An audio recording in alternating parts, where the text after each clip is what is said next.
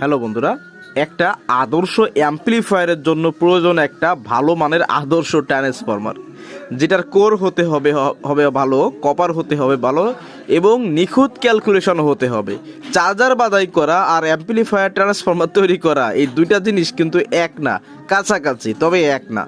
তো বন্ধুরা দেখতে পাচ্ছেন এখানে ট্রান্সফরমার তৈরি করা হচ্ছে। এটাতে আমরা heat poly, cotton tape, masking tape দিয়ে হচ্ছে ইনসুলেশনগুলো করেছি এবং অবশ্যই layer by layer, separate by separate করে বাদাই করা হয়েছে। প্রাইমারি দেওয়া হয়েছে 19 নাম্বার তামার তার, সেকেন্ডারিতে হবে আপনার 15 নাম্বার তামার তার এবং ভোল্টেজ হবে 230 volt AC equal to 55,055 volt এবং 0-12 থাকবে। তো ট্রান্সফরমার তৈরি করা হচ্ছে একটা অ্যাম্পলিফায়ার তৈরি করার জন্য বা সেল করার জন্য ইত্যাদি, যাই হোক।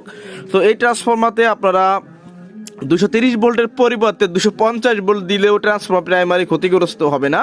তবে কোর স্যাচুরেশন একটু বেড়ে যে কি হতে পারে, আউটপুট ভোল্টেজটা 55-র পরিবর্তে দেখা যাচ্ছে 60+ হতে পারে। সেক্ষেত্রে আপনার যদি অ্যাম্পলিফায়ার সার্কিট যদি এত ভোল্ট ক্যারি না করতে পারে, সেক্ষেত্রে দুর্বল হবে। তো এই ক্ষেত্রে আপনাদের বা আমাদের এখানে করণীয় কি, যে এখানে যখন একটা অ্যাম্পলিফায়ার সার্কিট তৈরি করা হবে, যেন সার্কিটটা যে সর্বোচ্চ ভোল্টেজ নিতে পারে তার থেকে যেন 10 ভোল্ট কম আমরা দিই। সেক্ষেত্রে ভোল্টেজ আপ ডাউনের সমস্যা হবে না। সর্বনিম্ন 5 ভোল্ট তো কম দিতেই হবে। এখানে সার্কিটটা দিতে হবে 55 ভোল্টে, যে সার্কিটটা সর্বোচ্চ 65 ক্যারি করতে পারে। সেক্ষেত্রে সেফটি থাকবে। সেফটি জিনিসটা আর কাটা জিনিসটা কিন্তু এক না।